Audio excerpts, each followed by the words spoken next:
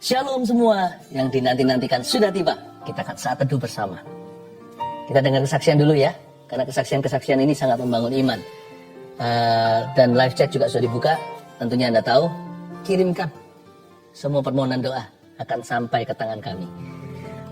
Axel Biang. Sebelumnya terima kasih Tuhan dan terima kasih Pastor Philip serta tim dalam program saat teduh ini. You're welcome. Mujizat ini terjadi pada tanggal 29 Agustus. Pada saat teduh hari Sabtu kemarin, saat itu pastor sedang mendoakan seorang yang saat itu tenggorokannya sampai paru-parunya ada lendir hingga mengganggu pernafasan. Saya tahu itu bukan saya, tapi saya bantu doakan orang tersebut. Ketika pastor mengatakan dalam nama Yesus, saat itu tiba-tiba saya batuk-batuk. Lalu saya ingat bahwa saya juga mengalami penyakit.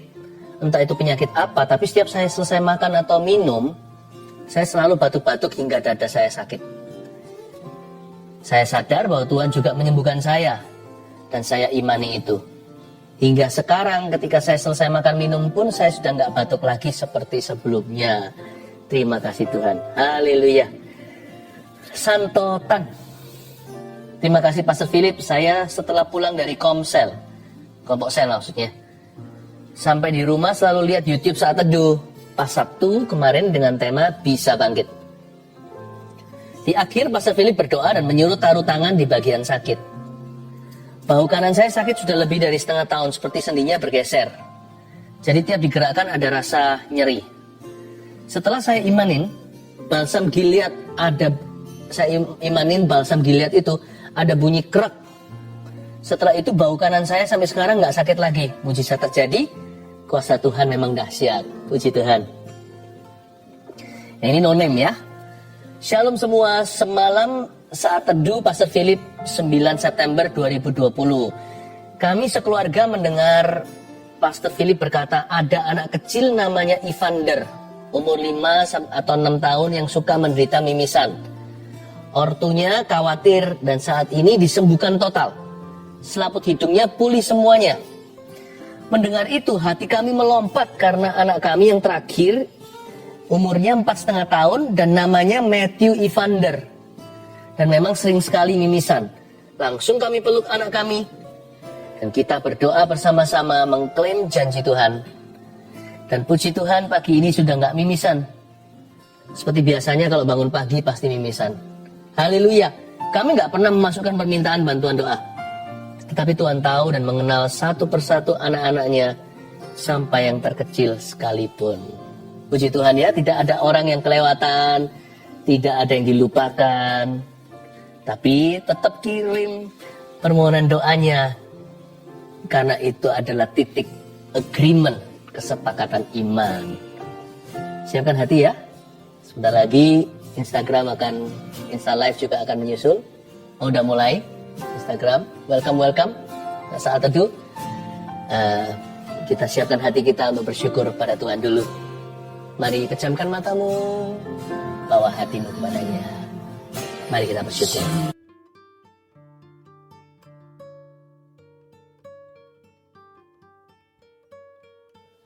Selamat malam semua, apa kabar? Shalom. Dan kalau yang nggak live nanti menyaksikan video ini, di jam berapapun Anda menyaksikan ini, Tuhan ada di situ. Ya, kita mulai dengan kesaksian seperti biasanya. Live chat juga sudah buka. Ini kan YouTube Live. Anda bisa sampaikan permohonan doa. Mulai sekarang bisa komunikasi dengan kami. Tim sudah ready. Saya bacakan dulu kesaksian. Ini dari kesaksian saat teduh yang lalu. Yang ini namanya Indah. Bulan Juli salah satu saat teduh, Pastor Philip bernubuat bulan Agustus adalah bulan titik balik. Akan ada deal-deal yang dari Tuhan. Akan ada jabat tangan sebagai tanda kesepakatan. Saat itu saya menerima dengan bingung, bagaimana caranya ya Tuhan dalam waktu dekat ada rumah kami yang bisa deal. Usaha suami saya di dunia properti pengembang, dan saya adalah agen properti. Akhir Juli kira-kira tanggal 28, ada deal harga dan kami diberi DP salah satu rumah kami. Dan tepat bulan Agustus tanggal 6, kami ada jabat tangan di notaris, transaksi jual beli, seperti yang dinubuatkan Pastor Philip. Kemudian Pastor Philip doa minta perpanjangan waktu sampai bulan September. Dan benar-benar luar biasa Tuhan itu. Di akhir September kami deal harga lagi satu rumah yang lebih kecil. Dan tanggal 12 Oktober kemarin kami jabat tangan sekali lagi di notaris untuk pelunasan rumah. Padahal rumah ini sudah 3 tahun nggak bisa dijual. 3 tahun belum bisa terjual, tapi justru di saat pandemi malah bisa terjual dan cash lagi pembelinya. Dahsyat. Sungguh bersyukur buat apa yang Tuhan berikan kepada kami. Puji Tuhan. Saya senang sekali mendengarkan orang yang bersyukur ya. Tuhan itu baik. Yang ini kesaksian dari tim live chat, tim doanya. Jadi yang melayani nggak dilupakan ternyata. Give, it will come back to you. Ini agak panjang, kesaksian luar biasa. Kira-kira hampir 1 bulan saya sering gatal-gatal di seluruh badan, rasanya nggak enak, seperti panas, perih, sampai mau garuk-garuk saja. Puncaknya hari Senin, 12 Oktober, tiba-tiba dilekukan tangan seperti pecah-pecah kering. Lalu mulai mengelupas perih, warna merah dan keluar darah dikit-dikit. Lalu di pergelangan tangan kiri dan semua lengan saya seperti ada kulit mengkerut dan berubah warna jadi coklat seperti kulit kering. Lalu tanggal 14 Oktober saya tugas live chat. Jadi nggak dengerin Ko Philip saat teduh. Tapi saat itu suami saya mengikuti saat teduh bersama Ko Philip. Malam harinya saya sudah tidur. Sama suami saya saat teduhnya diputar ulang lagi. Saat di akhir Ko Philip bilang, ada seseorang perempuan yang Anda punya alergi tertentu. Itu ditimbulkan oleh lemak dalam tubuh Anda. Karena badan Anda gemuk, lifestyle Anda tidak sehat. Lemak itu membuat badan Anda gatal sampai dilekukan-lekukan tangan merah-merah seperti darah keluar. Dan Ko Philip bilang kalau Anda dijamah Roh Kudus saat ini dan Anda disembuhkan. Dalam sebulan berat badan Anda akan turun sampai 5 kilo. Lalu malam itu Sandy imani namanya nih dan doakan bahwa itu saya dan saya pasti disembuhkan. Waktu pagi hari bangun tidur sama Sandy saya diputarin saat teduhnya Ko Philip, dan waktu Ko Philip bernubuat buat orang yang sakit gatal-gatal kita langsung toleh-tolehan. Sandy cuma bilang, kamu gak doa sama Tuhan masalah gatalmu itu, tapi Tuhan tahu detail loh. Detil sekali segala yang kamu perlukan. Saya memang gak doa sama Tuhan masalah gatal yang saya alami, karena saya kira kulitnya kering saja karena jarang sekali punya waktu perawatan tubuh seperti dulu. #efek sibuk kerja. Terus juga jarang makan sayur. Saya baru sadar ternyata hal sekecil itu pun bahkan tidak saya pikirkan bisa jadi masalah kalau Tuhan tidak campur tangan. Tapi puji Tuhan, Yesus tahu apa yang saya butuhkan. Puji Tuhan sekarang sudah gak gatal lagi. Tangan yang bagian lekukan sudah kering, tidak merah-merah sampai seperti darah keluar. Lalu di lengan juga merah-merahnya sudah kering. Di pergelangan tangan juga perlahan kulit mengkerutnya memudar. Yang pasti sudah nggak perih lagi. Lalu yang lebih wow, berat badan saya setiap hari sedikit-sedikit turun. Belum drastis, tapi sekarang sudah 70 sampai 71 kiloan dari yang sebelumnya 76,4 kilo. Melalui kejadian ini saya belajar bahwa ketika kita belajar hidup sungguh dengan Tuhan, kita nggak usah khawatir tentang apapun, karena Tuhan sendiri yang turun tangan, yang cover kita hingga detil-detil hidup kita. Apa yang kita pikirkan, apa yang kita butuhkan, apa yang kita perlukan, bahkan sampai apa yang tidak kita pikirkan, yang tidak dilihat mata, tapi kita perlukan, Dia yang menyediakannya bagi kita. Vina dan Joel. Haleluya. Haleluya, saya terharu. Tuhan itu kerjanya dahsyat, nyata sekali. Hari ini giliranmu. Ayo bawa hati untuk menghadap Tuhan Yesus. Dan Insta Live juga sudah bergabung. Mari kita semua satukan hati, satukan iman, bahwa pengharapan kita yang pupus kepada Tuhan. Mari kita menyembah. Apa yang paling nikmat saat kita bersaat teduh? Yaitu kalau kita berdoa dan membaca firman bersama-sama dengan keluarga. Saya berharap Anda satu keluarga juga sama-sama sudah siap menerima firman Tuhan hari ini. Saya bacakan dulu kesaksian untuk menguatkan Anda sekalian, sehingga berkat Tuhan akan mengalir dengan limpah, bahkan di dalam rumah tangga setiap keluarga saat teduh tercinta. Saya bacakan ya. Herlianti memberi kesaksian begini. Sejak saat saya mulai ikut saat teduh bersama, saya merasakan mujizat Tuhan. Ketika pastor doakan orang yang asma dan infeksi saluran kantung kemih, saya imani. Dan tanpa sadar saya sering kambuh infeksi saluran kantung kemih. Ternyata setelah didoakan pastor, tidak pernah kambuh lagi. Saya percaya Tuhan Yesus sudah sembuhkan saya. Anak saya dulu, kalau dia batuk dan tidak cepat diberi obat, biasanya bisa sampai sesak nafas. Dokter pernah bilang itu asma. Namun sekarang asma itu sudah tidak kambuh lagi. Walaupun anak saya kena batuk, Puji Tuhan Yesus. Ia sudah sembuhkan kami. Terima kasih Tuhan. Terima kasih Pastor Philip. Tuhan Yesus memberkati pelayanannya. Haleluya. Asma, batuk, sakit apapun yang ringan maupun berat, dalam Kristus selalu ada harapan ya.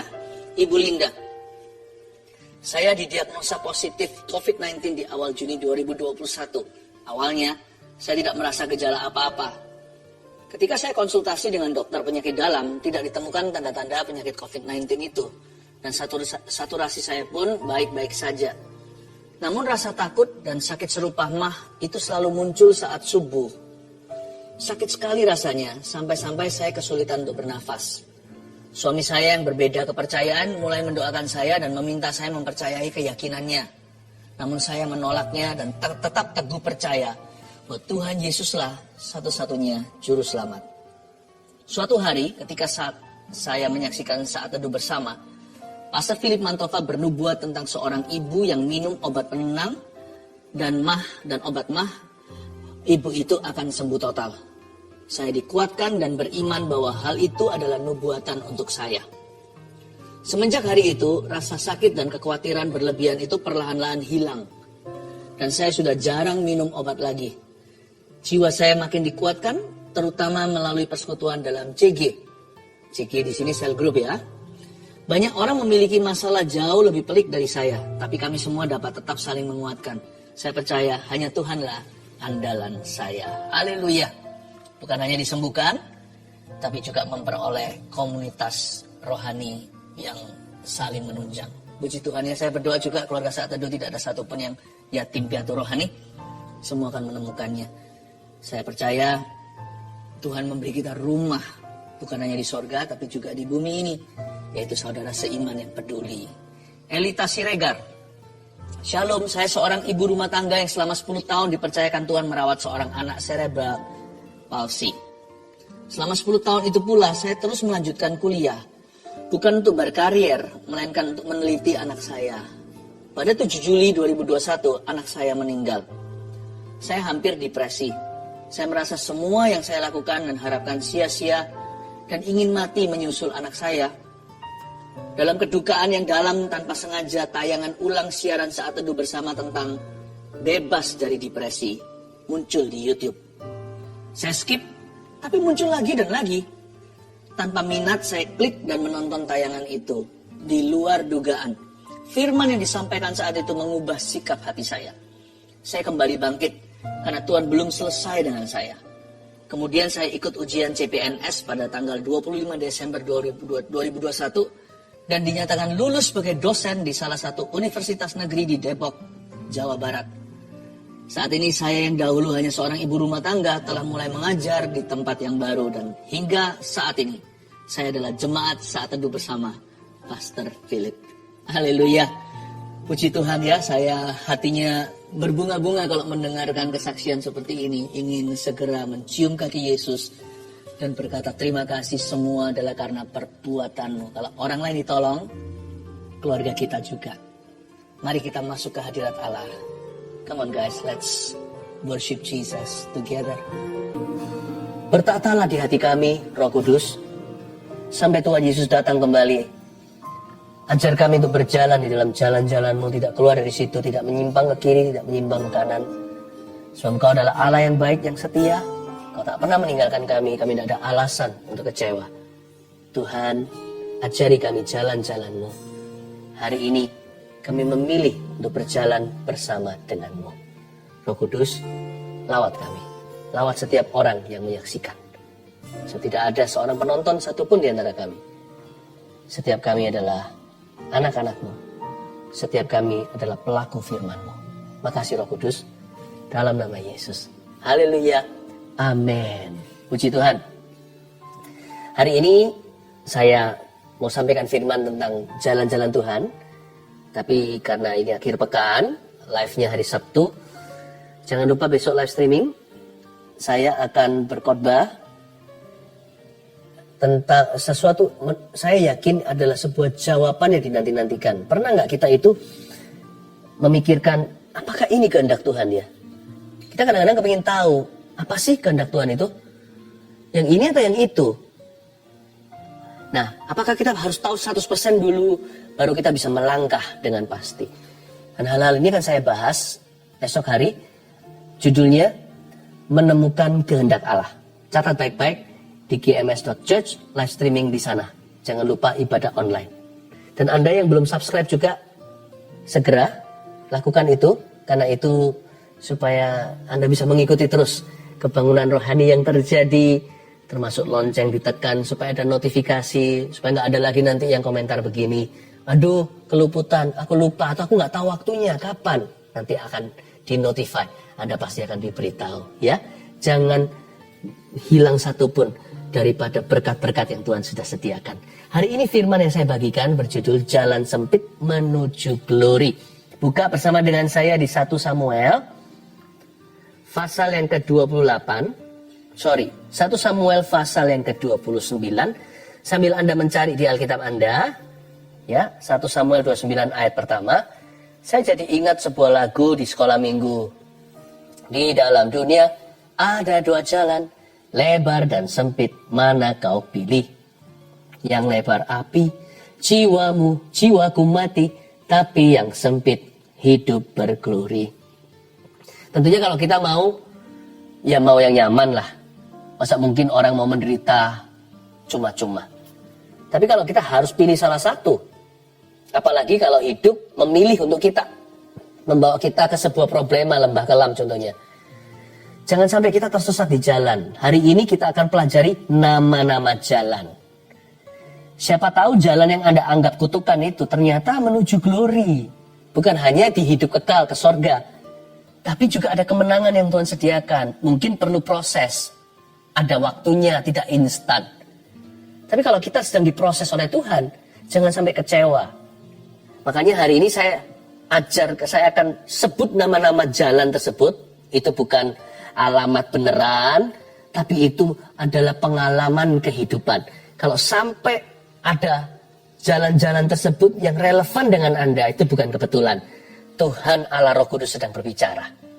Supaya jangan diantara kita menjadi picik hati, jangan sampai ada yang putus asa. Jalan sempit menuju glory, 1 Samuel 29. Daud dikirim pulang oleh orang-orang Filistin. Judulnya begitu di Alkitab Indonesia. Orang Filistin mengumpulkan segala tentara mereka ke Afek, sedang orang Israel berkemah dekat mata air yang di Yisrael. Maka ketika raja-raja kota orang Filistin berjalan lewat dalam pasukan-pasukan 100 dan 1000, dan ketika juga Daud beserta orang-orangnya berjalan lewat di belakangnya bersama-sama dengan Akis, berkatalah panglima orang Filistin itu, apa gunanya orang-orang Ibrani ini? Jawab Akis raja itu kepada para panglima orang Filistin itu, bukankah dia itu Daud, hamba Saul, raja Israel, yang sudah 1-2 tahun bersama-sama dengan aku, tanpa aku dapati sesuatu pun kesalahan padanya, sejak saat ia membelot sampai hari ini. Berhenti di sana, saya jelaskan sedikit backgroundnya. Background story-nya begini. Daud ini kan dalam pelarian. Sudah 1-2 tahun dia diburu, bahkan lebih dari itu. Sudah cukup lama sebenarnya, tapi dia baru 1-2 tahun bersama dengan Raja Akis di wilayah teritori Filistin. Dia dikejar oleh teman sebangsanya, rekan-rekannya, bahkan oleh Saul, raja yang dia kagumi. Nah, Daud tanpa salah diburu seperti musuh. Lalu dia lari kan? Waktu saat dia pelarian itu, terpaksa dia pergi ke daerah Filistin supaya Saul tidak akan mengejar dia di situ, karena Saul juga khawatir karena Filistin adalah musuh bebuyutannya bangsa Israel. Daud bukan mengkhianati bangsanya. Daud harus mencari satu tempat di mana dia bisa tenang, di mana dia tidak akan mendapatkan serangan kejutan atau serangan fajar. Nah, waktu Daud sampai di sana, ini orang-orang Filistin sedang bersiap-siap untuk perang. Pasukan 100, pasukan 1000, mereka udah mempersiapkan diri. Sebenarnya Daud tidak sadari, para tentara Filistin, panglima dan rajanya hendak berperang melawan bangsa Israel. Mereka itu sedang mempersiapkan diri untuk tarung melawan Saul. Kan celaka kalau Daud terlibat dalam peperangan itu, kan perang saudara. Dia yang selama ini tidak berani menancapkan pisau Padahal Saul sudah diserahkan kepadanya di dalam goa sendirian. Dia nggak berani menancapkan pedang. Dia berkata, jangan jamah orang-orang yang Tuhan urapi. Jangan sampai pada saat seperti itu, dia terpaksa harus menunjukkan loyalitas pada Filistin dan membunuh Saul pula. Jadi blessing in disguise, ada berkat terselubung. Untung tidak segala sesuatu yang kita inginkan diberikan. Karena kita nggak tahu dan tidak bisa melihat ujung. Siapa tahu yang kita anggap berkat atau enak alias nyaman, itu berujung maut. Bisa membuat kita berdosa. Daud sih nggak mengerti peperangan itu lawan siapa. Tapi karena dia sudah tinggal di daerah orang Filistin, dia berutang budi sama mereka. Untung orang-orang Filistin dan panglimanya ini menolak dia. Ya, jalan ke satu yang saya mau tunjukkan hari ini lewat saat teduh. Jalan sempit seperti apa menuju glory? Catat itu, penolakan manusia. Jangan kepahitan kalau ditolak sama orang. Jangan kecewa sama Tuhan. Yang nolak manusia kok Tuhan yang dikecewain. Kadang-kadang penolakan manusia asal bukan karena salah kita. Kalau salah kita lain cerita. Kalau saya ditolak kerja karena saya suka mencuri atau korupsi, nah itu cari masalah sendiri. Kalau saya ditolak kampung,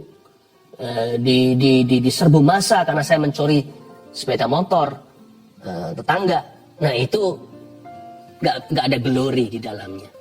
Tapi kalau kita itu berbuat apa yang benar, melakukan bagian kita sudah berusaha dan berupaya. Bahkan kalau perlu kita tidak salah, lalu ditolak manusia.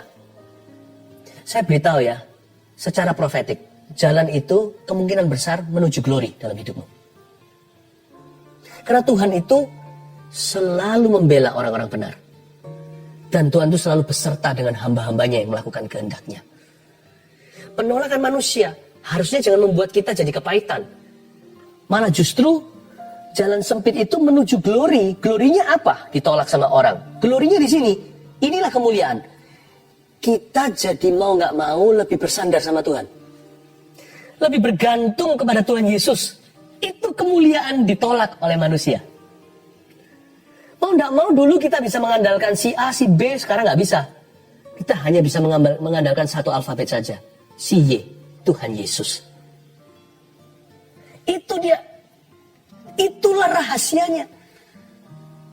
Kalau Anda mengalami sesuatu nggak nyaman, evaluasi, introspeksi, koreksi diri. Kalau Anda, ya nggak ada orang sempurna. Kalau Anda tahu bahwa ini bukan sesuatu yang aku sengaja atau yang apa yang aku rencanakan, tetapi betul-betul begitu aja kejadian. Mau apa? Mau bilang apa sekarang? Ya Tuhan, ini aku, hambamu. Mau tidak mau sekarang aku bergantung padamu. Lihat kalau Tuhan tuntun. Apa yang dimulai dengan penolakan dunia, berakhir pada sebuah kemuliaan yang Tuhan sediakan. Apa yang mata Anda belum lihat, telinga belum dengar, belum muncul dalam pikiran Anda, Tuhan sudah sediakan. Bahkan sebelum Anda menyadarinya. Penolakan manusia. Daud ditolak oleh panglima-panglima. Panglima Filistin. Untung ditolak. Kalau enggak, Daud harus perang saudara, menancapkan pisau ke tubuh yang diurapi. Saul akhirnya mati sih, Yonatan juga terbunuh. Waktu perang dengan Filistin. Tapi Daud tidak ada di situ. Tangannya bersih. Sometimes yang namanya closed doors, pintu-pintu yang tertutup, itu berkat terselubung. Jangan ngotot, kita jangan memaksa kehendak. Kalau Allah tutup, itu pasti ada alasannya. Sekalipun sekarang kita belum memahami mengapa. Tapi juga jangan jadi orang yang gampang menyerah. Ada rintangan langsung berkata Tuhan tidak berkehendak. Berusaha dulu sambil belajar peka. Tapi kalau ujungnya tetap tertutup tuh jalan, tidak semua laut harus dibelah, hanya laut merah. Tapi kalau ada laut tertentu, Anda paksa belah, Anda akan merah berdarah-darah. Daud harusnya beribu-ribu kamsyah, berjuta-juta terima kasih kepada Tuhan. Dan berkata, untung aku tidak di draft hari itu. Yang kedua, kita lihat sekarang ayat berikutnya, yaitu di ayat yang keempat. Tetapi para panglima orang Filistin itu menjadi marah kepadanya, kepada rajanya. Serta berkata kepadanya, suruhlah orang itu pulang, supaya ia kembali ke tempat yang kau tunjukkan kepadanya. Dan janganlah ia pergi berperang bersama-sama dengan kita, supaya jangan ia menjadi lawan kita dalam peperangan. Ya, masuk akal sih. kekhawatiran mereka. Sebab dengan apakah orang ini dapat menyukakan hati tuannya? Kecuali dengan memberi kepala orang ini. Bukankah dia ini Daud yang dinyanyikan orang begini secara berbalas-balasan sambil menari-nari? Saul mengalahkan beribu-ribu musuh, tetapi Daud berlaksa-laksa. Kembali ayat 4, saya ulangi. Tetapi para panglima orang Filistin itu menjadi marah kepadanya, serta berkata kepadanya, suruhlah orang itu, maksudnya Daud, suruhlah dia pulang supaya ia kembali ke tempat yang kau tunjukkan kepadanya, dan janganlah ia pergi berperang. Saya ulangi, suruhlah Daud pulang supaya ia kembali. Garis bawahi, suruhlah orang itu pulang supaya ia kembali.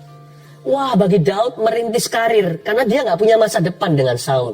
Dia gak berharap Saul mati juga, jangan doakan orang begitu. Tapi pada waktu Daud ada di tengah Filistin, dia sudah tidak berpikir untuk kembali ke tanah Israel. Dia merasa dia sudah terbuang. Tapi ketika Daud ada di sana, dia rajin seperti Yusuf di penjara. Dia nggak nganggur, beralasan, kecewa, meratapi nasibnya. Dia bangun karirnya karena Daud seorang pejuang, dia militer. Maka dia betul-betul kerjakan prestasinya luar biasa sehingga mendapat perhatian raja. Waktu karirnya mulai naik ke atas begini, inilah kesempatan untuk membuktikan diri. Dan tentara-tentara yang dibawa dia itu adalah Kopassus, ya, komando pasukan khusus. Pada waktu itu tiba-tiba seperti dimentahkan semua. Sudah suruh orang itu pulang supaya ia kembali ke tempatnya semula. Bukan ke Israel. Suruh kembali ke titik nol. Nah, ini catat nomor 2. Mulai dari nol lagi. Pernahkah Anda merasa Anda bangun demikian rupa dinolkan lagi? Bangunan udah tinggi, dirubuhkan kembali. Seperti break even atau dikembalikan ke ground zero. Udah kerja keras, lalu seperti carang anggur itu yang bahasa Inggrisnya prune, dibersihkan. Dibersihkan cara kebun anggur itu bukan dibersihkan lap-lap. Bukan pakai lap basah. Tapi pakai gunting yang sangat tajam sekali. Dipotongin semua. Sampai ranting itu mulus. Tidak ada cabang-cabangnya. Mana kemuliaanku kemarin? Mana suksesku? Yang sudah aku lihat di belakangku. Segala sesuatu seperti kau buat nol lagi ya Tuhan. Hari-hari ini di ibu kota juga yang menyaksikan dari Jakarta. Anda mulai aktivitas, mulai sosialisasi. Mari maksudnya mulai bersosial. Mulai socializing, mulai untuk keluar, ketemu teman, pekerjaan mulai dibangun lagi, dan sebagainya. Sekarang harus lockdown lagi, PSBB lagi. It's okay. It's okay. Tuhan gak pernah, rancangan Tuhan gak pernah terpengaruh dengan hal-hal seperti itu. Kalau yang ini kan hanyalah sifatnya sementara. Tapi beberapa orang mengalami musibah. Segala sesuatu yang dia selama ini usahakan menguap ke udara. Begitu aja seperti minuman gas yang dibuka tutupnya. Jangan takut untuk merangkak lagi. Karena jalan itu menuju glory. Bukankah sudah Tuhan peringatkan? Di dalam dunia ada 2 jalan. Lebar dan sempit. Kadang-kadang Tuhan memang bawa kita ke jalan sempit. Mulai dari bawah. Tidak mengapa. Tapi Pastor Philip, saya udah usia berapa? Musa dari umur 80 tahun. Baru terima panggilan. Baru mengalami mujizat yang lebih besar. Saya tidak berkata tunggu sampai Anda 80. Sampai jadi manula. Tapi jangan mengeluh Bapak Ibu Saudara. Jalan kepada glory juga bisa mulai dari nol lagi. Tapi kalau Anda ikuti proses Tuhan, kalau kita nurut sama Kristus, seolah-olah mulai kembali dari titik yang sama, tapi 1 oktav lebih tinggi. Kayaknya do re mi. Do re mi ini, tapi yang ini lebih tinggi, do re mi. Saya nggak nyampe lagi 1 oktav. Tuhan akan membawa Anda ke sana. Muter-muter kelihatannya loh kok di titik yang sama. Jalan berputar-putar begini. Tapi yang Anda tidak sadari sebagai domba ketika dituntun gembalanya kepada jalan kebenaran. Jalan itu nggak tentu lurus. Jalan itu sempit, tapi mungkin berliku-liku seperti ini. Tapi setiap putaran, domba kebingungan. Loh, kok kembali lagi ya? Karena view-nya, pandangannya sama. Tapi ketinggiannya beda. Setiap mutar satu kali lagi, 360 derajat mutar begini. Ya. Ketika Anda berputar lagi kembali ke titik yang sama, seolah-olah kelihatannya tidak ada bedanya. Tapi Anda sudah mature atau sudah dewasa. Anda berada di titik yang lebih tinggi pada sebuah platu atau sebuah ketinggian tertentu. Jangan pernah tertipu dengan tipu mata kita. Jangan pernah tertipu dengan view yang sama. Loh, kok aku masuk dalam masalah lagi? Tapi beda kali ini. Selalu bilang sama diri sendiri, kali ini beda. Allah kita bisa mempercepat, bukan prosesnya. Tapi kemenangan itu pasti akan ku dapat. Seolah-olah aku pernah ngalami ini atau déjà vu. Orang Prancis bilang begitu. Rasanya pernah ya terjadi. Terjadi lagi sekarang yang kutakutkan. Jangan takut saudaraku. Kelihatannya sama itu view atau pemandangannya. Tapi ketinggiannya sudah beda.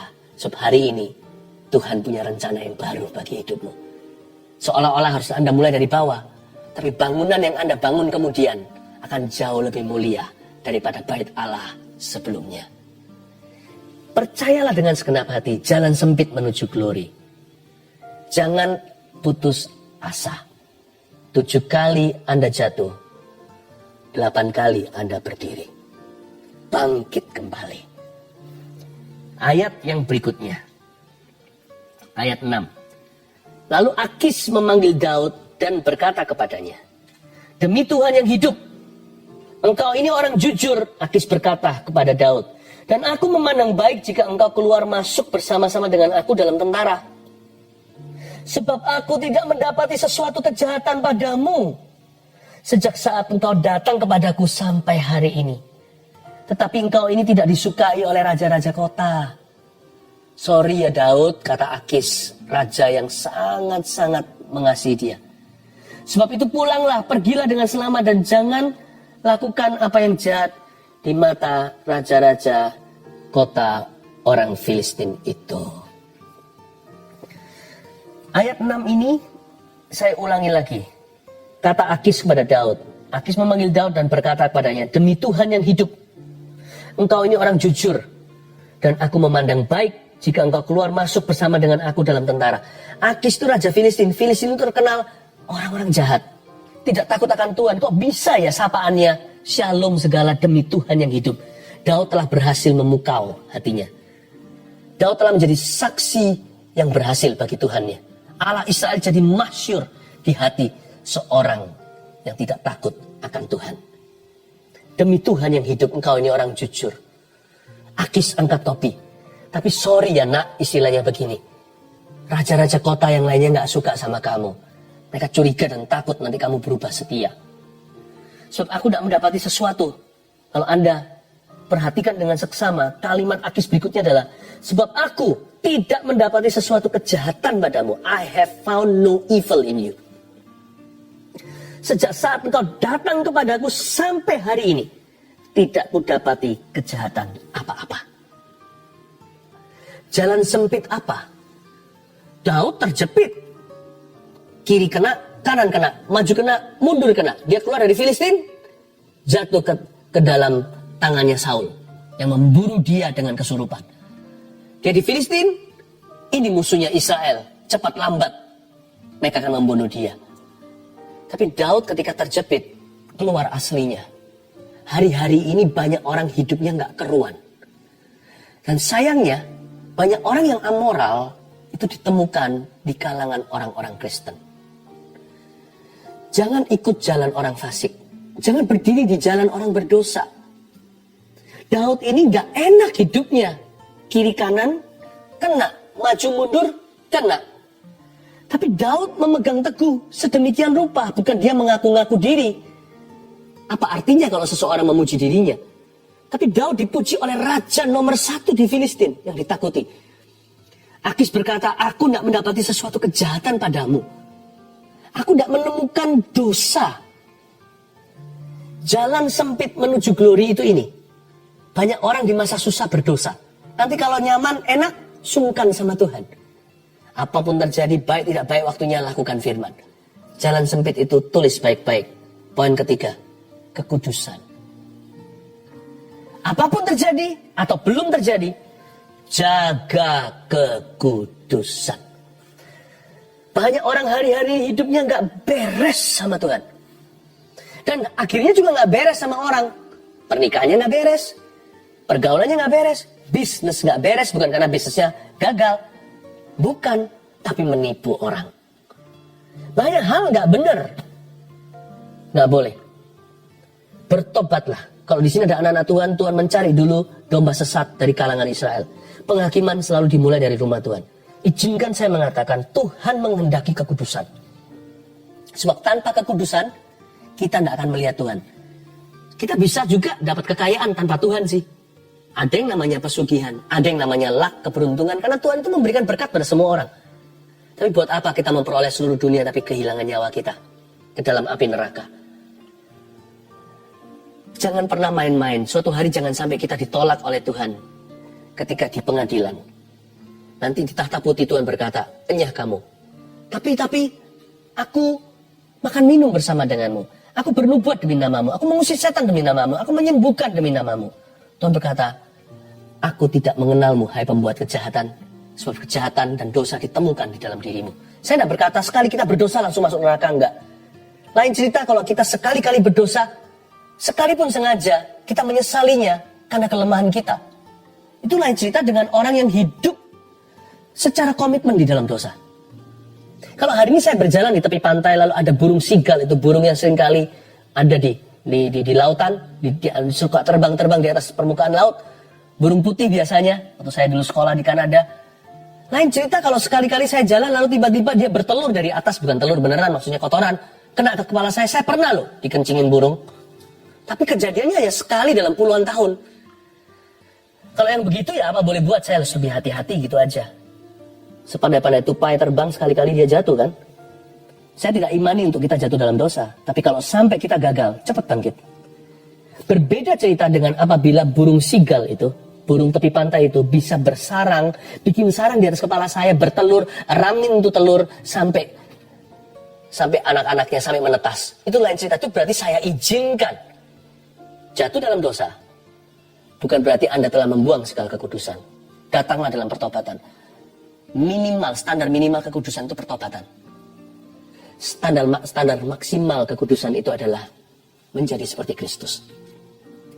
Tapi kalau Anda hidup dalam dosa hari ini dan mendukakan hati Tuhan secara komitmen dan sengaja dan mengulur-mulur waktu untuk berubah, hati-hati. Jangan sampai kita dengar kata, enyahlah, aku tidak kenal kamu. Meskipun kamu bla bla bla, mengusir setan, bernubuat, menyembuhkan bahkan. I do not know you. Daud diberitahu sama Akis, aku tidak mendapati dosa padamu. Ini orang berdosa yang ngomong begitu. Betapa luar biasanya mereka berkata, aku tidak pernah lihat orang suci seperti kamu. Daud tidak pernah dikatakan, aku tidak mendapati ketidaksempurnaan. Dia berkata, kejahatan tidak aku dapatkan. Berarti Daud pasti pernah buat salah, kurang ini itu. Tapi Akis tidak pernah melihat ada kejahatan dalam hatinya. He did not find any evil in him. Jangan menjadi seorang yang evil hari-hari ini. Ya, itu yang disebut jalan sempit. Di dalam dunia ada dua jalan. Lebar dan sempit. Yang lebar menuju api. Yang sempit hidup berglori. Yang terakhir kita lihat ayat 8. Tetapi Daud berkata kepada Akis, apa yang telah kuperbuat? Nah, Daudnya protes. Dan kesalahan apa yang kau dapati pada hambamu ini? Sejak saat aku menjadi hamba kepadamu sampai hari ini, sehingga aku tidak boleh ikut pergi bersama berperang melawan musuh Tuanku Raja. Lihat bahwa kemalasan tidak ada dalam darah daging orang yang diurapi Tuhan. Daud tidak mau makan bubur. Dia tidak mau terima gaji cuma-cuma. Kan dia sudah dibayar, udah dihidupin. Udah dihidupi, Daud itu sudah ada salary bulanan. Tapi dia berkata, aku harus pergi berperang. Kenapa aku dilarang? Sekali lagi, Daud tidak tahu. Untungnya dia ditolak. Karena kalau dia diizinkan, dia akan berperang melawan saudaranya. Tapi Daud, dia protes sama Akis. Kenapa aku tidak dilibatkan? Lalu Akis, mari kita lihat sekarang menjawab doa Daud ayat 9. Aku tahu engkau ini memang kusukai seperti utusan Allah. Garis bawah itu. Kusukai seperti utusan Allah. Hanya para panglima orang Filistin telah berkata, ia tidak boleh pergi berperang bersama-sama dengan kita. Jadi bangunlah pagi-pagi beserta orang-orang tuanmu ini yang datang bersama-sama dengan engkau. Bangunlah kamu pagi-pagi, segera sesudah hari cukup terang bagimu, dan pergilah. Lalu bangunlah Daud dan orang-orangnya pagi-pagi untuk berjalan pulang ke negeri orang Filistin. Sedang orang Filistin itu bergerak maju ke Yisrael. Anda bisa menangkap sesuatu? Suatu sinyal-sinyal urapan. Di ayat 8 Daud protes. Kalau kita yang malas, aji mumpung. Oh enak dibayar tanpa harus bekerja. Dikasih uang lembur, tapi nggak usah datang ke kantor juga. Kalau dasar orang yang pemalas, pasti berkata, ye, haleluya. Pemakaian haleluya yang salah. Tapi Daud berkata, jangan Tuhan, aku tidak mau dibayar sia-sia. Aku tentaramu bukan, aku harus ikut. Coba perhatikan bagaimana Daud itu memperjuangkan kepercayaan orang. Kalau ini adalah sesama anak Tuhan yang kasih kepercayaan, kalau Raja Saul katakan Daud pasti mati-matian. Ini Raja Filistin. Kepercayaan orang jahat aja dia perjuangkan. Kalau itu kepercayaan, dia tidak diajak berbuat jahat. Kalau Anda diberikan kepercayaan oleh orang yang tidak mengenal Tuhan, itu pun kepercayaan dari Tuhan. Semua kepercayaan yang baik dan benar itu dari Allah datangnya. Makanya Akis itu sangat berat. Waktu Daud tidak dilibatkan. Dia berkata, lalu Akis berkata pada Daud, aku tahu engkau ini memang, seperti yang saya suruh tadi garis bawahi, memang kusukai seperti utusan Allah. Jalan sempit menuju glori, menurut saya yakin sepenuh hati, ini jalan satu-satunya untuk Anda naik ke atas. Anda dan saya. Catat dulu. Poin 4. Kepercayaan Allah dan manusia. Jangan memperjuangkan salary. Salary itu nomor 2. Jangan memperjuangkan keuntungan. Supaya kita jangan mata duitan. Yang kita harus perjuangkan itu bukan juga popularitas segalanya bla bla bla. Yang lainnya itu sudah buang semua ke sampah. Perjuangkan kepercayaan Allah. Daud belajar dari Daud. Kepercayaan Akis saja dia perjuangkan. Belum lagi Saul. Ya kan? Apalagi kalau Allahnya. Perjuangkan kepercayaan Allah. Anggaplah segala sesuatu yang diberikan kepada Anda sekalipun yang mulai dari bawah, harus mulai dari nol lagi. Itu kepercayaan. It's a brand new day. A brand new trust. Perjuangkan. Jangan lihat rapor belakang, gloriku masa lalu di mana kok sirna. Jangan lihat ke depan kok tidak menjanjikan. Everything apapun yang Anda letakkan tangan Anda di atasnya untuk mengerjakan dan melakukannya, lakukan dan kerjakan dengan segenap hatimu, seolah-olah seperti Tuhan. Karena hidup ini, segala talenta, waktu, harta, hubungan, relasi, pekerjaan, ministry, jangan pernah setengah-setengah, separuh-separuh. Jangan pernah berkata, oh kalau pekerjaan kan dibayar, jadi saya profesional. Kalau pelayanan asal-asalan, jangan begitu. Atau jangan sebaliknya, kalau pelayanan saya akan berikan sepenuhnya. Tapi kalau kerjaan, kan cuma demi salary. Jangan salah, pekerjaanmu adalah pelayananmu. Juga di hadapan Tuhan. Everything, semua yang baik dan benar itu kepercayaan Allah. Perjuangkan, jangan berkata gini loh, gua dapat apa, saya dapat apa dari semua ini. Jangan mikirkan dapat sesuatu. Perjuangkan kepercayaan dulu. Dan kepercayaan manusia juga. Contohnya, saya ini punya satu prinsip dalam hidup saya. Kalau saya dipinjamin seseorang barang, saya nggak bisa tidur. Saya nggak bicara soal uang ya. Belum, bahkan uang. Apalagi uang. Kalau saya dipinjamin seseorang barang, bukunya atau apa gitu, saya akan menjaganya lebih daripada barang saya sendiri. Karena bagi saya nilai barang itu kepercayaan. Kalau itu dipercayakan ke saya, bukan hanya saya akan kembalikan, saya akan perjuangkan. Mendingan buku saya yang hilang daripada buku pinjaman yang hilang. Saya dari dulu itu punya komitmen begitu. Apalagi kalau manusia yang dipercaya, nggak gampang. Kalau saya sudah berkata iya sama seseorang, saya akan tepati kata-kata saya. Saya akan tepati janji. Saya pasti akan sungguh-sungguh menggenapi kepercayaan yang diberi. Kalau enggak, saya pasti akan tolak dan berkata, jangan, saya tidak mau. Saya tidak mampu. Lebih baik saya jujur di depan dan berkata, saya tidak bisa. Tapi kalau sekali saya mengangguk dan berkata, yes, okay, saya tidak main-main. Bagi saya kepercayaan manusia itu mahal. Sangat mahal. Mendingan barang saya yang rusak daripada barang orang yang dia nggak mikir 2 kali ditaruh di tangan saya izinkan rusak dalam penjagaan saya. Jadi orang kayak begitu, percayalah, nanti perkenanan akan mencari. Anda akan menjadi perebutan kanan kiri. Kenapa? Karena orang baik masih banyak di dunia ini. Orang dapat dipercaya, langka. Kalau Anda punya itu aset yang tidak bisa bangkrut. Sampai kapanpun musim silih berganti. Selama bumi ini masih ada langit di atas kita, manusia masih akan mencari siapa yang bisa dipercayai. Perjuangkan, jangan khianati kepercayaan. Allah terutama, dan manusia juga. Baik itu istri Anda sendiri, suami, anak-anak, keluarga, orang tua, saudaranya, temannya, bosnya, pekerjaannya, pegawainya, pembantunya, pendetanya, jemaat, semua, everything. Mari kita serius menanggapi. Kalau kita bisa mempertanggungjawabkan kepercayaan, itulah jalan sempit yang Tuhan sediakan. Mungkin Anda sekarang di bawah, cepat lambat Anda akan mengalami promosi ilahi.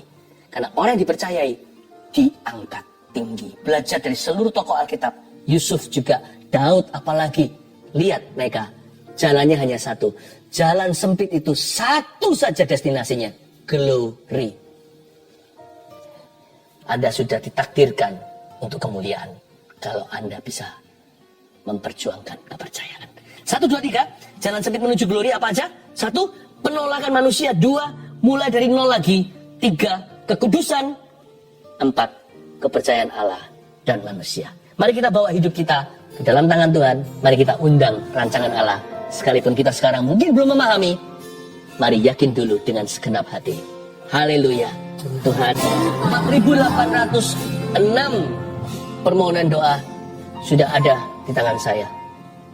Cepat masukkan segera. Sebentar lagi saya akan tumpang tangan. Dan saya yakin Allah akan bekerja sesuai dengan iman kita yang Alkitabiah. Mujizat pasti terjadi. Because I believe in miracles. Because I believe He's alive today. Jesus is alive. He is well. Yesus hidup. Dan Dia ada dalam kehidupan kita.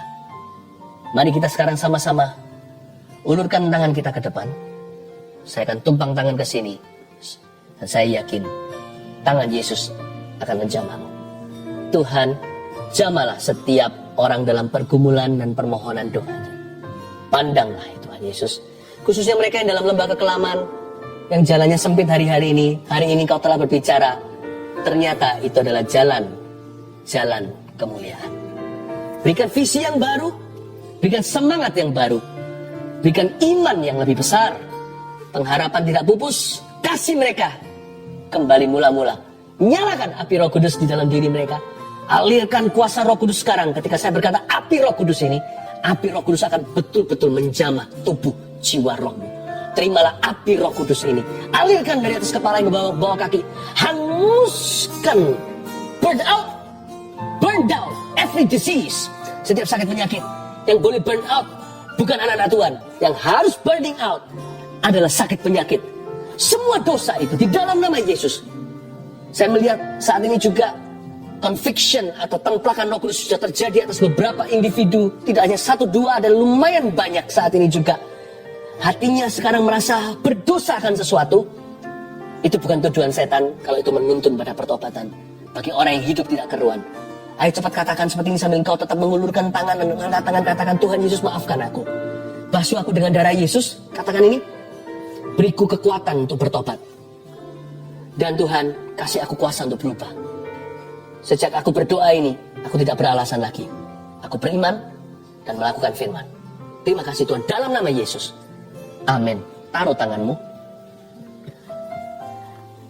Ada satu hal yang Tuhan tunjukkan. Saya melihat Daud seperti figur seperti Daud yang mengambil dari dasar sungai 5 batu. Dan pada saat itu Tuhan berbicara begini, ini nubuatan for you. Di dalam nama Yesus, batu ginjal empedumu itu Tuhan ambil. Ketika Daud mengambil 5 batu dari bawah dasar sungai, Tuhan mengambil 5 batu dari ginjalmu, dari organ tubuhmu. Di dalam nama Yesus, Anda tidak harus lagi berdarah-darah ketika ke belakang. Tuhan Yesus telah menebus hidupmu dari kubur. Terima kasih Tuhan Yesus, terpujilah namamu. Lutut seseorang bengkak, inflamasi cukup parah, dulu pernah terjadi begini. Ada seorang seperti atlet, Anda atletis sekali orangnya, dan selalu diambil oleh dokter, cairan-cairan dibuang dan kembali lagi kambuh. Di dalam nama Yesus, ini hari terakhir kambuhmu, tidak akan terjadi lagi. Aku angkat kondisi itu, the spirit of infirmity, roh kelemahan tubuh, keluar dari orang itu di dalam nama Yesus Kristus. Kempis lutut itu menjadi kuat di dalam nama Yesus Kristus. Pencernaan usus seseorang Tuhan bantu. Sudah didiagnosa usus buntu, tetapi setelah ini bukan kebetulan, bukan karena dokter salah menganalisa, tapi Tuhan sembuhkan ususmu fine-fine saja. Tanpa harus operasi, Tuhan Yesus yang menyembuhkan. Tentunya harus kembali ke dokter. Segala sesuatu yang Tuhan lakukan akan lulus ujian medis dan pasti akan terbukti di atas meja dokter pula. Tabib di atas segala tabib, Tuhan di atas segala Tuhan, Yesus Kristus namanya. Haleluya. Mari kita angkat tangan kita sama-sama. Ku tahu rencanamu indah bagiku. Come on. Ku tahu kehendakmu baik bagiku. Ku tahu rencanamu sempurna bagiku.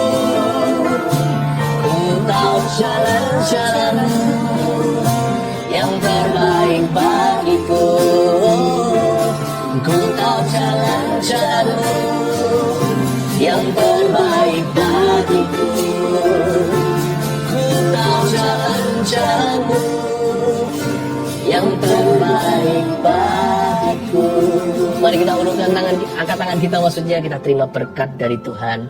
Terima kasih Tuhan, hari ini Kau telah memberkati kami saat teduh yang membangun iman kami kembali. Hari ini kami mengerti, ya Tuhan Yesus, ternyata Tuhan punya rencana indah. Diberkatilah keluar masuk Anda, Bapak Ibu Saudara, diberkati hidupmu, diberkati anak cucumu, diberkati pekerjaan dan pelayananmu.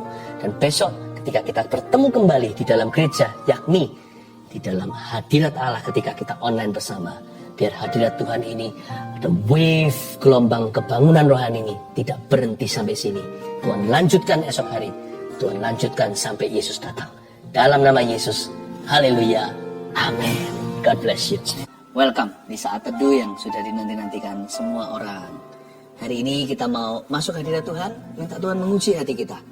Sehingga hati kita senantiasa dibersihkannya. Sebelumnya saya bacakan kesaksian terlebih dahulu untuk menguatkan iman setiap orang yang berkumpul dengan sesuatu. Yang ini dari Jasmine di New York. Shalom Pastor Philip dan tim. Saya tinggal di New York hampir 10 tahun bersama keluarga. Di sini saya pelajar dan mengambil sekolah kedokteran. 2 tahun terakhir ini adalah masa yang sangat sulit untuk saya karena nilai ujian screening untuk masuk sekolah kurang baik. Dari aplikasi sekian banyak, dari apply sekian banyak sekolah, saya tidak dapat interview. Saya merasa lelah dan mau menyerah untuk menjadi dokter. Tapi Tuhan Yesus kita sangat baik dan selalu tepat waktu di dalam bekerja. Di salah satu saat teduh Pastor Philip di awal tahun ini, saya dengar bahwa ada anak yang akan masuk sekolah kedokteran. Pastor Philip bilang untuk coba lagi dan jangan menyerah. Pastor juga bilang, selamat, Anda akan menjadi dokter. Di saat itu hati saya tergerak untuk berdoa dan meminta, serta mengimani bahwa itu juga rencana Tuhan Yesus untuk saya. Singkat cerita, saya sudah diinterview dan diterima di sekolah kedokteran di Amerika 1 bulan yang lalu dengan beasiswa yang cukup besar. Lalu ada lambang smile-nya. Tuhan Yesus sungguh sangat baik, bisa menyampaikan isi hatinya lewat Pastor Philip. Terima kasih Pastor dan tim GMS. Semoga kesaksian ini bisa menguatkan para pelajar yang mau merintis karirnya. Tuhan Yesus selalu punya rencana yang baik dan Dia selalu tepat waktu. Amin. Senang ya? Nah, nanti kalau saya jadi dokter, gak boleh lupa sama Tuhan. Selalu lakukan kehendak Tuhan melalui profesi Anda. Elizabeth, bulan Desember saya mengaminkan apa yang saya dengar dari Pastor Philip tentang tiroid yang disembuhkan oleh Tuhan Yesus. Waktu itu hasil ekografi tiroid stadium 4. Karena banyak masalah, saya menunda cek ke dokter spesialis. Tapi saya percaya Tuhan sanggup sembuhkan. Tepatnya tanggal 29 Maret saya akhirnya ke dokter spesialis dan saya melakukan tes scintigraphy pada 6 April di rumah sakit. Puji Tuhan, hasilnya menunjukkan tidak ada tiroid. Semuanya normal. Sungguh tidak berkesudahan. Kasih setia Tuhan. Terima kasih Pastor Philip dan tim atas pelayanannya. Lisa Anggraini. Saya ingin bersaksi tentang kebaikan Tuhan sekitar awal Maret. Saya terserang vertigo yang sangat parah sehingga harus dilarikan ke rumah sakit untuk dirawat sementara. Setelah itu rasa pusing dan sakit di kepala tidak kunjung hilang selama 2 minggu.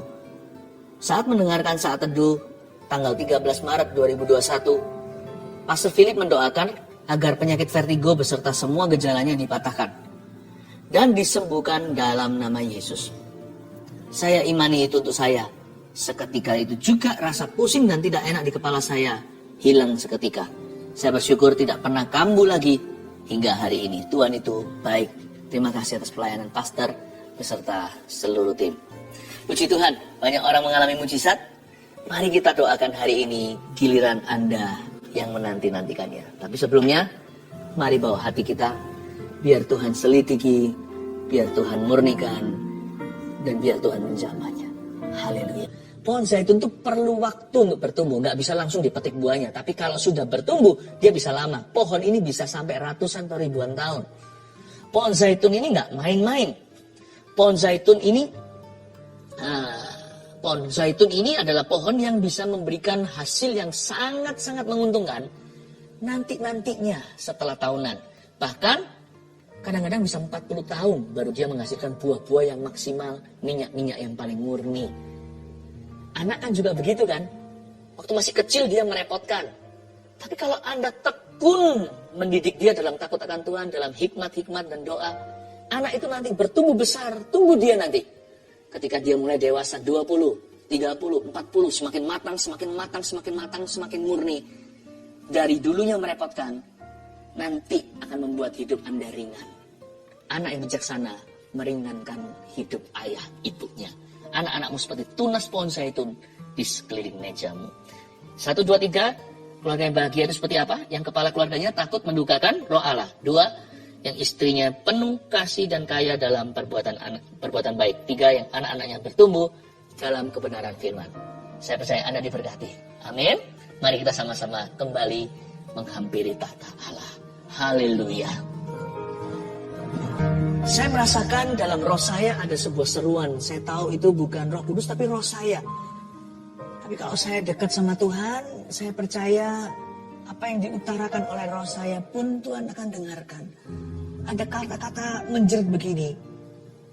Keluarga Saat Teduh kali ini akan berhasil. Untuk keluarga Saat Teduh yang ingin ada program untuk punya anak, dibantu dengan medis, dan bahkan dokternya pun adalah seorang anak Tuhan. Don't worry. Seruan dalam roh saya dengarkan, kali ini akan berhasil. Saya berdoa dalam nama Yesus, Tuhan bisa memberikan lewat mujizat. Tapi kadang-kadang Tuhan memberikan sesuatu yang progresif. Ada waktunya Tuhan memberikan secara supranatural. Juga datang saatnya di waktu kita kadang-kadang sesuatu yang alami terjadi lewat pertolongan. Itu pun pertolongan Tuhan, segala pertolongan itu datang dari Tuhan. Keluarga Saat Teduh yang sedang memprogramkan untuk bayi, kali ini kau akan berhasil dalam nama Yesus. Terima kasih Tuhan. Semua orang yang mengharapkan anak juga, yang meminta mujizat. Sekarang juga percaya suami istri belum dikaruniai. Tadi waktu saya kasih ilustrasi 9 tahun tadi, ternyata memang ada yang 9 tahun sudah menunggu belum dapat. Dan Anda yang bukan 9 tahun, Anda bisa sama-sama dompleng iman, gak apa-apa. Kita juga ikut. Seperti wanita Sirofenisia, remah-remahnya pun, anjing pun makan dari apa yang jatuh dari meja Tuhan. Saya percaya ini juga untuk saya. Siapapun yang berdoa hari ini untuk keturunan yang belum mendapatkannya sekian lama, mari kita berdoa dalam nama Yesus. Bapak, aku imani suara bayi di rumah pasangan ini. Dalam nama Yesus berikan Tuhan tunas-tunas pohon zaitun di sekeliling meja mereka. Mulai hari ini jangan kasih satu saja, beri lebih Bapa. Dalam nama Yesus Kristus. Bahkan akan ada yang mengandung twins, padahal tidak ada sama sekali sejarah anak kembar dalam keluarganya. In Jesus name, dalam nama Yesus. Terima kasih Tuhan. Kami mengucap syukur kepadamu. Semua yang memasukkan permohonan-permohonan doa lewat live chat dan komentar di kolom komen, saya berdoa semuanya untuk mengulurkan tangan. Ya, kita sama-sama mengulurkan tangan. Dengan demikian kita seperti bergandeng tangan. Bapa, aku tumpang tangan dalam nama Yesus. Hamba minta ya Tuhan, mujizat yang dinanti-nantikan untuk mereka. Hari inilah hari yang dijadikan Tuhan. Mari kita bersuka cita di dalamnya Tuhan. Bapa yang baik, aku percaya keluarga saat itu masing-masing memperoleh satu rahmat dari Engkau. Hari ini ketika kami saat itu bersama, kasih satu rahmat, kasih satu berkat dalam nama Yesus. Haleluya, haleluya, amin.